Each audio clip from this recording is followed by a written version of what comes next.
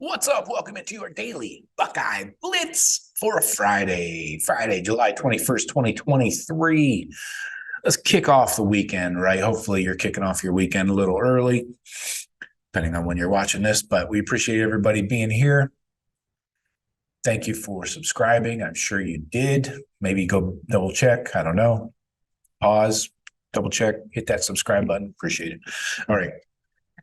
That's my giving you a hard time speech today. Today, we're talking more conditions of the positions.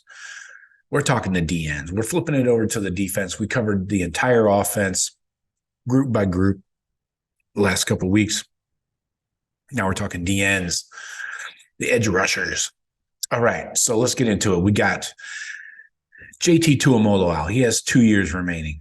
Jack Sawyer, 2 years remaining. Mitchell Melton, 3 years remaining. Caden Curry, 3 years. Kenyatta, 4 years. Amari Abor, 4 years. Joshua Mickens, 4 years. So now, that's the room. Returning production, 54.8% of tackles, 60.9% of TFLs, 53.1% of sacks. That's not great, Bob, especially on the sacks. I don't expect DNs to lead the team in tackles or anything, but TFLs and sacks has to be better, and we know why. We'll get into it. All right, now looking at the 24 class, we'll get into this in a little more detail, but we have none commitments, zero from any edge rushers, D linemen, or DNs. We do have Justin Scott, the tackle, but we had a silent commit from Marquise Lightfoot. Didn't go our way, apparently. He must have thought he was talking to somebody else. Dylan Stewart supposedly is a silent commit as well. And then 5-star D lineman Edric Houston. Not sure if he's a silent, but strong Buckeye lean at this time.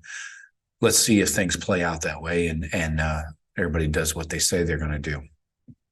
Anyways, so 2023, let's talk about the season coming up. Can this group maximize their potential in 2023? It's that dreaded P word, right, where you hear so much about in sports. The potential. This guy's got a ton of potential. He just has to put it all together. So we've got that right here at the DN room. JT and Jack, 2 top 15 ranked players coming out of high school in 2021. They have not even gotten close to, I don't even think they've seen their ceilings yet. JT close, not quite, but JT's thing is, can he be consistently great? We remember the Penn State game last year. He just took it over. He won that game on his own. But he was somewhat productive the rest of the season. But is he capable of being that consistently great player? You know, can he dominate on a regular basis, and can he be one of the best DNs in the country? Then Jack Sawyer, he'll be focused completely on defensive end this year. Again, last year was a travesty, a crime against Jack Sawyer. I'm still waiting for a warrant to be put out for Jim Knowles' arrest for the way he treated Jack Sawyer.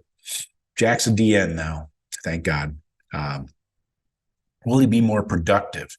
He had the best pass rushing win rate against among Ohio State's defensive ends last year. So he was winning the best of them, but he only had 4.5 sacks, tied for the team lead. That's not good, especially when you think about all those sacks came against Toledo, Wisconsin, Indiana, and Maryland. Yeah. Feasting on dirtbags. So then you got, looking at the depth, you got Kenyatta Jackson, Caden Curry, former top 100 recruits. Kenyatta was a high 4-star, almost a 5. Can they make a jump this year? Jackson might have the best pure pass rushing moves on the team. Curry has a nonstop motor, play in, play out. And then Amari Abor, he was sidelined much of last season by injury. We haven't seen a lot of him, even in spring. So he's another sophomore with talent. Then you got the 4th-year player, Mitchell Melton. He'll get snaps at the jack position whenever they run that. Not sure how often, but injuries have limited him to playing in only one game in 3 years. Then you got incoming freshman Joshua Mickens from Indiana. He has the potential to play that jack position as well. He's a little undersized for a DN, so the jack is what they recruited him for. Now looking forward to 2024, a lot of the mock drafts, NFL mock drafts, have Ohio State losing both JT and Jack as first rounders. Now, JT has enough good tape out there. I could see that, maybe a later first rounder or something, but Jack Sawyer, I don't see it yet. Again, going back to what he was asked to do last year, not his fault. So maybe Jack returns in 2024. Wouldn't that be something? So in 2024, you could have a core group of a fourth-year Jack Sawyer, Kenyatta Jackson, Caden Curry, Amari Abor. That's pretty impressive. That is exciting, if I do say so. That's what she said. Kenyatta can be a real star. I'm telling you, starting Jack and Kenyatta at the edges, that's an impressive duo. Almost as good as JT and Jack, huh? And then add in Curry and Abor, and you got a nice little group on your hands there, nice little 2D. But after that, the room gets a little thin.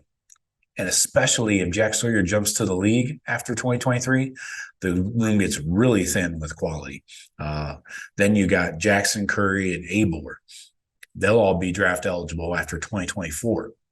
So not having any commitments in here yet for this 24 class is a problem. Now, I'm not sounding the alarm bells yet, just making everyone aware of what we're staring at here. So Coach Jay needs to be prepared for these worst case scenarios. You might have to hop in the transfer portal and start boogieing and moving and grooving and seeing what's out there, getting his ear to the street. But don't break a hip while you're in that portal. You got to be careful, man. There was a time during the 2023 cycle. We remember this. I hate to dredge up old news and painful old news at that, but we were in position to get at least one of Keon Keeley, Damon Wilson, Mateo Uyunglele. But we ended up with Josh Mickens. Not to shit on Josh, but he's not those other three guys, So we got to get quality in this 24 class is the point. Got to hit a couple home runs with the DN recruiting here in this class. Again, we still do not have a concrete defensive line commitment in this cycle. And again, like we saw with Marquise Lightfoot, commitment doesn't really mean shit.